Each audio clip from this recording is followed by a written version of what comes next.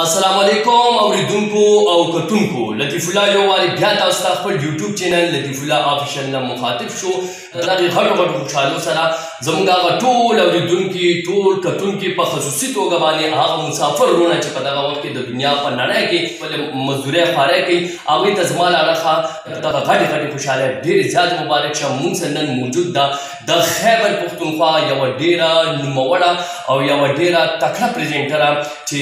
په مختلفو وختونو کې مختلفو رډوان نه دي پروګرامونه کوي. لیلما همراز موږ سره موجود ده د چا تعلق چې د افغانستان سره دی میشتره په پاکستان کې او بیا خاص کر په خیبر پښتونخوا کې په پېښور کې دوی پاتې کېږي او د خیبر پښتونخوا چې څومره هم پروګرامونه دي د اف ام ریډیوز د هغې نه دوی مختلفو وختونو کې پروګرامونه وړاندې کوي. لیلما ورو بیا به درته اختر ډېر ډېر مبارک شه. ډېره مننه لطیف بھائی جان. هلته چېرته یاستئ زموږ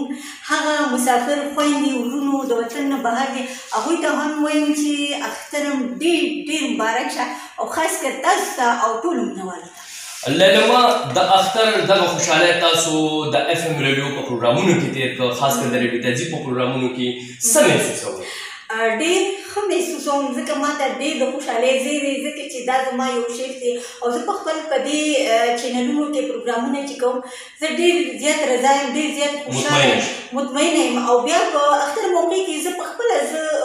اختریز پروګرامونو ته ډېر علاقمندي لرم چې مینوالو سره مخامخ شم هغوی لپاره د اختر دود کلتور دستور په اړه خبرې وکړم لږ څه ټایم هغوی هم په مخونو باندې مسکراحت راولم او خوشحالیانې کلتور لږ مونږ رسو کړی دی لیلما او د کلتور سره تړلي څیزونه نن هم چې کوم دی هر سړی خوښوي هر انسان خوښوي. تاسو ماشاءالله د اختر په دغه موقع باندې کلتوري لباس اچولی دی. دا راته چې په دغه لباس کې څه څه استعمال شوي دي غمي پکې استعمال شوي شیشې پکې استعمال شوي او خرچه پکې څومره؟ ډېره مننه ښه تپوس یې وکړو که نه دا زموږ د افغانانو یو نوع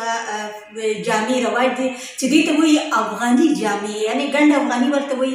دا خلک په مشین کې هم جوړوي په لاس کې هم هغه ګنډل کوي. نو ما په دې کې ټوټل زه درته وایم چې شپږ زره روپۍ خرچه پکې راغلي دي. دوه کلر کپړې پکې کار شوي دي دې کې ګلابي شنه کلر او ورسره دې کې